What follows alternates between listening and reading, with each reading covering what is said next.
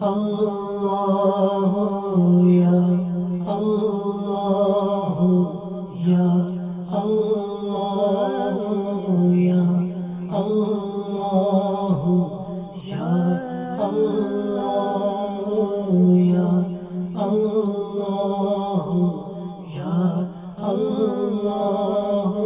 یا اللہ یا اللہ.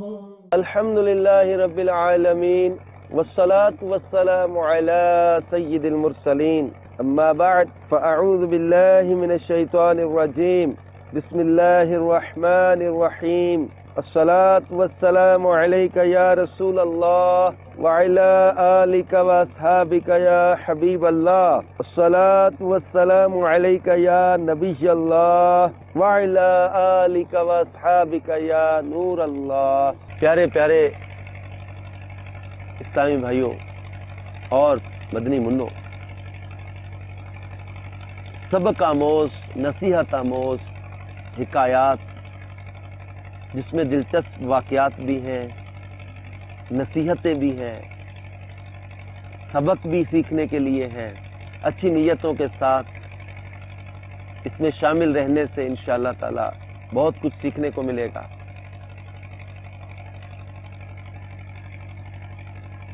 سلسلے کے آغاز میں ہم درود پاک کی ایک فضیلت بیان کیا کرتے ہیں، پھر آپ کو میں بہت پرانے دور میں لے کر چلوں گا، تصور میں ایک بہت پرانے دور، حضرت موسیٰ علیہ السلام کے دور، ہزاروں سال پہلے کی باتیں سناؤں.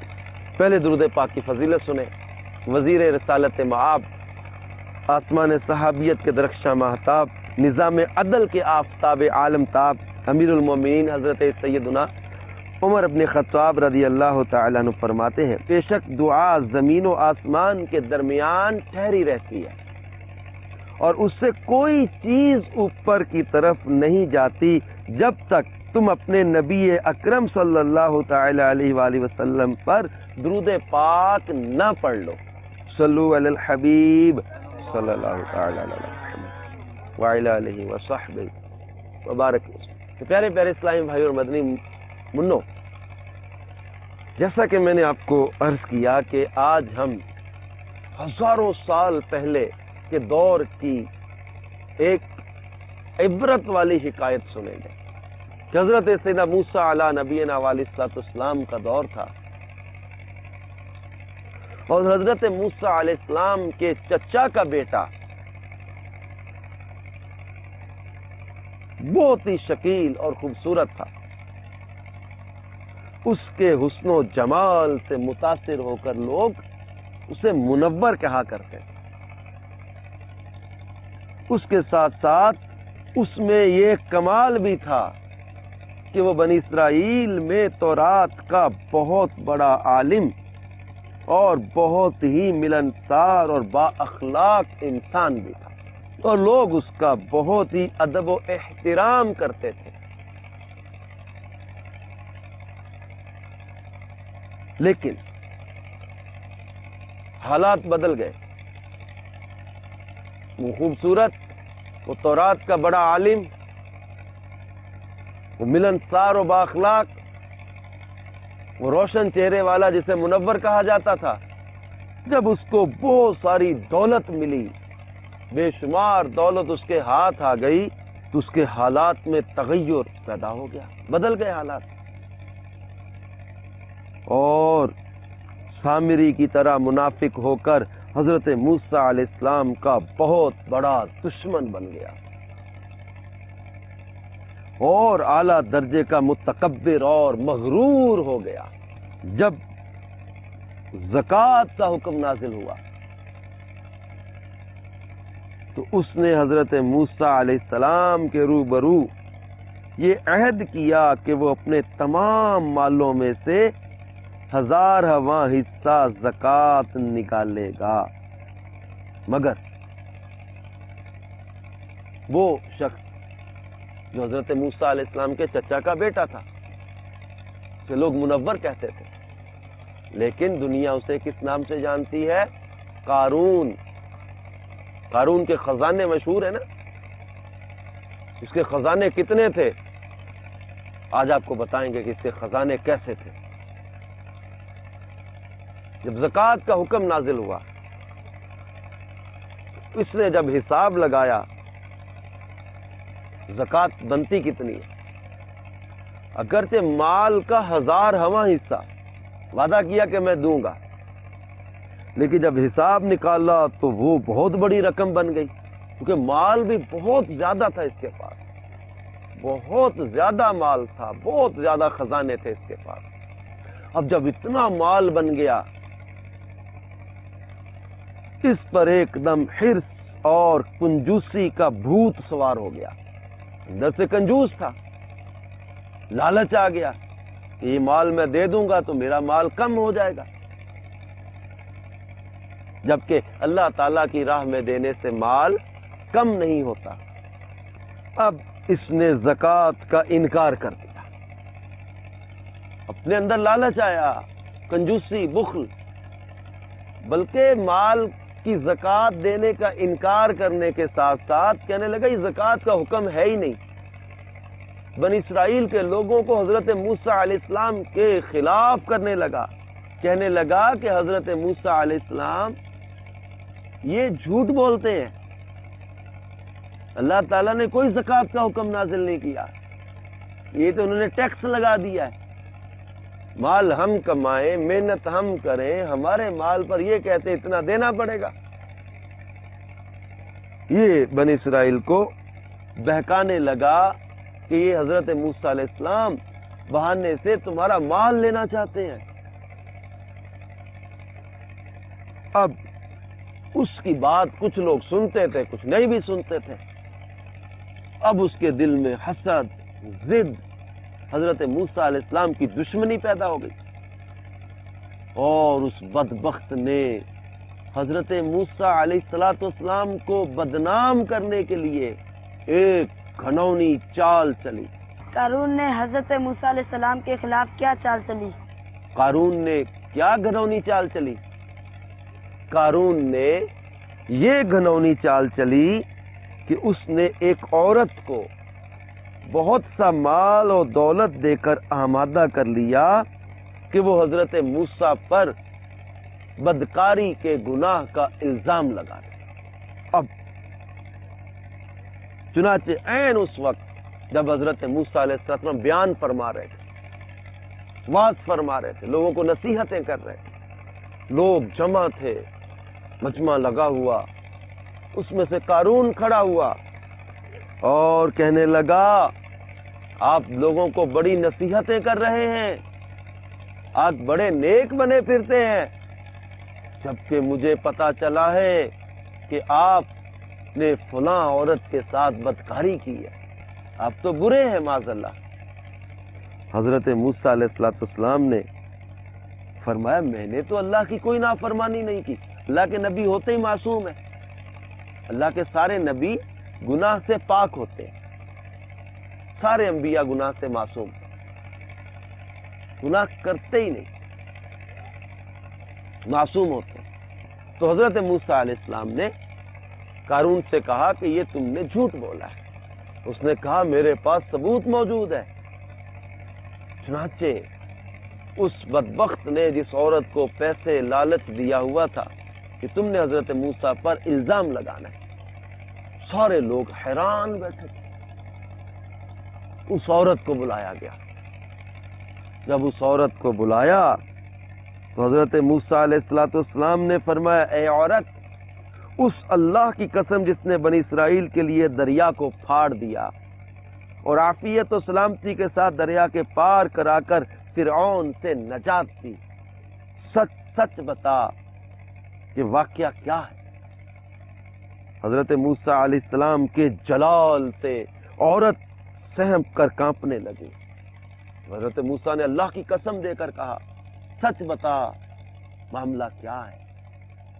اب سب کے سامنے جب عورت آئی تو ڈر کے مارے کانپنے لگی، اور سارے مجمع میں اس نے یہ کہہ دیا کہ اے اللہ کے نبی، مجھے تو قارون نے کثیر دولت دے کر آپ پر بہتان لگانے کے لیے آمادہ کیا ہے، یہ تو قارون نے کہا تھا کہ تم آ کر حضرت موسیٰ پر الزام لگا، بہتان لگا۔ حضرت موسیٰ علی نبینا علیہ الصلوۃ والسلام آپ دیدہ ہو گئے، رونے لگ گئے، آپ کی آنکھوں میں آنسو آ گئے، پھر سجدہ شکر میں گر پڑے۔ یا اللہ تیرا شکر ہے تو نے مجھے اتنی بڑی بدنامی سے بچا لیا، اتنے بڑے الزام سے مجھے بچا لیا۔ پھر سجدے میں ہی حضرت موسیٰ علیہ السلام نے ایک دعا مانگی۔ حضرت موسیٰ علیہ السلام نے سجدے میں کیا دعا مانگی؟ حضرت موسیٰ نے کیا دعا مانگی؟ حضرت موسیٰ نے یہ دعا کی کہ اے اللہ قارون پر اپنا قہر و غضب نازل فرما دے۔ پھر جب آپ سجدے سے اٹھے تو حضرت موسیٰ علیہ السلام نے فرمایا کہ جو قارون کا ساتھی ہے وہ قارون کے ساتھ کھڑا رہے، اور جو میرا ساتھی ہو وہ قارون سے جدا ہو جائے۔ چنانچہ دو خبیثوں کے علاوہ بنی اسرائیل کے تمام لوگ قارون سے الگ ہو گئے۔ آپ نے فرمایا اب قارون پر اللہ کا غضب نازل ہوگا، اس نے اللہ کی نافرمانی کی، اللہ کے نبی کی نافرمانی کی، جھوٹ بولا، زکوٰۃ کا انکار کیا، بہتان لگانے کی کوشش کی، بدنام کرنے کی کوشش کی۔ حضرت موسیٰ علیہ السلام نے فرمایا لوگوں پرے ہو جاؤ اس سے، سب پرے ہو گئے، دو بندے اس کے ساتھ کھڑے رہے۔ پھر حضرت موسیٰ علیہ السلام نے زمین کو حکم دیا کہ اے زمین تو قارون کو پکڑ لے۔ تو پیارے پیارے اسلامی بھائیوں اور مدنی منو، زمین نے قارون کو جکڑ لیا، زمین میں گھٹنوں تک قارون دھنس گیا، زمین کے اندر دھنستا چلا گیا، گھٹنوں تک زمین میں دھنس گیا۔ یہ دیکھ کر اب جب قارون نے دیکھا کہ میں تو زمین کے نیچے جا رہا ہوں، کمر تک زمین کے نیچے چلا گیا۔ اب جب اس نے دیکھا کہ میں تو کمر تک زمین میں دھنس گیا، ابھی اس کا سینہ اور منہ باہر تھا، رونے لگا، واسطے دینے لگا، کہنے لگا میرے رشتہ دار ہیں، میں آپ کے چچا کا بیٹا ہوں، مجھ سے غلطی ہو گئی۔ لیکن اللہ تبارک و تعالیٰ کا غضب اس پر تھا، زمین میں دھنسنے لگا۔ وہ جو دو منحوس قارون کے دوست تھے، انہوں نے پتہ کیا کہا؟ انہوں نے لوگوں سے یہ کہا کہ حضرت موسیٰ علیہ السلام نے قارون کو زمین میں اس لیے دھنسا دیا ہے تاکہ قارون کے خزانوں، اس کے مکانات، اس کے باغات پر قبضہ کر لے۔ وہ دونوں بدبخت یہ شور کرنے لگے، یہ قارون کو اس لیے زمین میں دھنسا رہے ہیں کہ قارون کا سونا، مال، مکان، جانور، باغات سب پر قبضہ کرنا چاہتے ہیں۔ قارون کا مکان جو سونے کا بنا ہوا تھا، قارون کا مکان سونے کا بنا ہوا تھا، اور اس کا بڑا خزانہ، یہ سارے کا سارا۔ اب جب وہ دونوں کہنے لگے حضرت موسیٰ قارون کے مکان اور خزانہ لینا چاہتے ہیں، تو حضرت موسیٰ علیہ السلام نے دعا کی کہ اے اللہ قارون کا مکان اور خزانہ بھی زمین میں دھسا دے۔ تو قارون کا مکان، وہ سونے کا مکان اور سارا خزانہ بھی قارون کے ساتھ زمین میں دھسا دیا گیا۔ میٹھے میٹھے اسلامی بھائیوں اور مدنی چینل کے ناظرین، آپ نے دیکھا کہ اللہ کی نافرمانی کا انجام کتنا خطرناک ہوتا ہے۔ زکوٰۃ کا انکار، اللہ کے حکم کا انکار، اس کی سزا کیسی ملی، اور اللہ کے نبی کی نافرمانی کا انجام۔ کسی پر جھوٹا الزام نہیں لگانا چاہیے ورنہ اللہ کی پکڑ میں بندہ آ جاتا ہے۔ کسی کی چیز چوری کر کے دوسرے پر الزام لگا دینا، کسی کی چیز اٹھا کر دوسرے پر الزام لگا دینا، یہ جھوٹا الزام بری عادت ہے، یہ بری عادت ہے جھوٹا الزام۔ اور جو بڑے اس واقعے کو سن رہے ہیں ان کو زکوٰۃ کے معاملے میں اللہ تعالیٰ کی فرما برداری کرنی چاہیے۔ اللہ تبارک و تعالیٰ نے قرآن پاک میں ارشاد فرمایا کہ وہ جس نے بخل کیا اس کو اپنے لیے اچھا نہ سمجھے، ان کے لیے برا ہے۔ یہ جس نے بخل کیا تھا قیامت کے دن کے گلے کا توق بنا دیا جائے گا۔ پتہ جو بندہ زکوٰۃ نہیں دیتا، جیسے قارون نے نہیں دی، زمین میں دھس گیا۔ جو بندہ اپنے مال کی زکوٰۃ نہیں دیتا، قیامت کے دن یہی مال خوفناک سانپ کی صورت میں اس کے گلے میں ڈالا جائے گا۔ کچھ حدیثوں میں یہ بیان کیا کہ وہ سانپ اس کے پیچھے دوڑے گا، یہ بھی آگے آگے دوڑے گا۔ وہ سانپ کہے گا میں ہوں تیرا مال، میں ہوں تیرا خزانہ۔ پھر وہ سانپ اس کا ہاتھ چبا ڈالے گا، وہ سانپ اس کا منہ اپنے منہ میں لے کر چبا ڈالے گا۔ اور جو مال جمع کرتے ہیں زکوٰۃ نہیں دیتے، یہ مال، یہ سونا، یہ چیزیں جہنم کی آگ میں تپا تپا کر ان کی پیشانیاں، کروٹیں، پیٹھیں داغی جائیں، مال گرم کر کر کے ان کی پیشانیوں پر لگایا جائے۔ اللہ تعالیٰ معاف کرے۔ زکوٰۃ پوری ادا کرنی چاہیے، ورنہ یہ قیامت کے دن گلے کا توق بنا دیا جائے۔ قارون کا خزانہ کتنا تھا؟ میٹھے میٹھے اسلامی بھائیوں، مدنی چینل کے ناظرین، اتنے خزانے تھے قارون کے پاس کہ اس خزانوں کی چابیاں ایک طاقتور جماعت اٹھانے کے لیے ان کے لیے مشکل تھا۔ اتنی طاقتور جماعت بھی ان چابیوں کو نہ اٹھا سکے جن چابیوں کے تالوں میں وہ خزانے تھے۔ اتنے خزانے، اتنے تالے کہ ان کی چابیاں اٹھانا مشکل تھا۔ اتنا مال تھا اس میں، اور یہ مال اس کے پاس، یہ جو اس کے پاس علم تھا نا، علم کیمیا یا تورات کا علم، جو حضرت موسیٰ سے اس نے حاصل کیا تھا، اس کے ذریعے رانگ کو چاندی اور تانبے کو سونا بنا لیتا تھا۔ قارون خود ہی تانبے کو سونا بنا لیتا تھا۔ قارون کے خزانے اس کے کچھ کام نہ آئے۔ کیا اس کے مال نے اسے بچا لیا؟ نہیں۔ کتنی دولت جمع کی تھی، کیا اس کے کام آئی؟ کتنا خزانہ اس کے پاس تھا، کیا اس کے خزانے اس کے کام آ گئے؟ اس کی دولت، اس کا مال، اس کا سب جاتا رہا۔ عبرت ہی عبرت ہے۔ اتنا خوبصورت تھا کہ لوگ منور کہتے تھے، اتنا خوش شکل تھا، ملنسار تھا، لوگ اس سے پیار کرتے تھے، لوگ اس کی عزت کرتے تھے۔ ایک نافرمانی، دوسری نافرمانی، تیسری نافرمانی، نافرمانیوں کا تسلسل۔ مال کی وجہ سے تکبر آ گیا تھا دل میں، مغرور ہو گیا تھا۔ اس تکبر نے، اس غرور نے اسے ہلاک کر دیا۔ تو میٹھے میٹھے اسلامی بھائیوں اور مدنی چینل کے ناظرین، پیارے پیارے مدنی منو، اللہ کے نبی کا دل دکھانے کی سزا کیسی ملی؟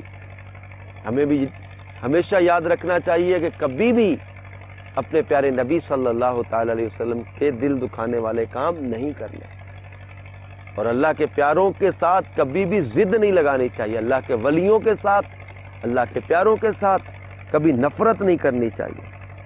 عاجزی، انکساری کے ساتھ زندگی بسر کریں۔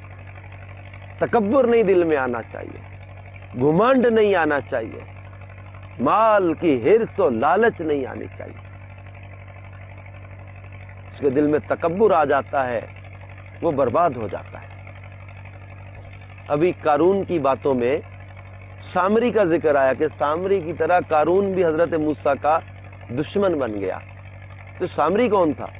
سامری بنی اسرائیل میں ایک بڑا ہی حرامی شخص تھا، طبی طور پر نہایت گمراہ اور گمراہ کن آدمی تھا. اور اس کی ماں نے رسوائی کے ڈر سے اس کو ایک پہاڑ کی غار میں چھوڑ دیا تھا. سامری کو پہاڑ کی غار میں چھوڑ دیا تھا. تو یہ حضرت جبرائیل علیہ السلام نے اس کو اپنی انگلی سے دودھ پلا پلا کر پالا تھا. اور جب حضرت موسیٰ علیہ السلام کوہ طور پر گئے تو ان کی غیر موجودگی میں اس نے بنی اسرائیل کے سونے چاندی کے زیورات کو مانگ کر پگھلایا اور ان سونے چاندی کے زیورات سے ایک جانور بنا دیا. اور حضرت جبرائیل علیہ السلام کے گھوڑے کے قدموں کی خاک اس کے پاس محفوظ تھی. اس خاک کو اس جانور کے منہ میں ڈالا تو وہ جانور بولنے لگا. پھر سامری نے بنی اسرائیل سے کہا کہ میری قوم حضرت موسیٰ کوہ طور پر اللہ کا دیدار کرنے کے لیے گئے ہیں، حالانکہ تمہارا خدا تو یہی جانور ہے. اب قوم سامری کی تقریر سے گمراہ ہو گئے. 12,000 آدمیوں کے سوا ساری قوم نے چاندی سونے کے اس بولتے جانور کو اپنا خدا مان لیا اور اس کے آگے سر بسجود ہو کر اسی کی پوجا کرنے لگ گئے. تو یہ سامری جو تھا اس نے سونے چاندی کا وہ جانور بنا کے اس کے منہ میں جب حضرت جبرائیل علیہ السلام کے گھوڑے کی خاک ڈالی تو وہ بولنے لگ گیا تھا اور لوگوں سے کہا کہ یہی تمہارا خدا ہے. تو یوں گمراہ کر دیا لوگوں کو. ہمیں بھی کسی گمراہ کے دھوکے میں نہیں آنا. شیطان لعین ہمارا دشمن ہمیں اللہ سے دور نہ کرے. اس لیے ہمیشہ اللہ تعالیٰ کی رضا پہ راضی رہیں، اللہ کے پیاروں کے نقش قدم پر چلتے رہیں، اللہ کے پیارے نبی کی سنت پر عمل کرتے رہیں. انشاءاللہ دنیا میں بھی کامیابی، آخرت میں بھی کامیابی. اللہ تعالیٰ ان پرانے ادوار کے سچے واقعات، ان نصیحت آموز حکایات سے ہمیں درس حاصل کرتے ہوئے عقل عطا فرمائے، عقل سلیم عطا کرے، قلب سلیم عطا کرے. ہمیں اپنی اور اپنے پیارے حبیب صلی اللہ تعالی علیہ وسلم کی فرما برداری عطا فرمائے. آمین بجاہ النبی الامین صلی اللہ تعالی علیہ وسلم. یا اللہ یا اللہ یا اللہ یا اللہ یا اللہ یا اللہ یا اللہ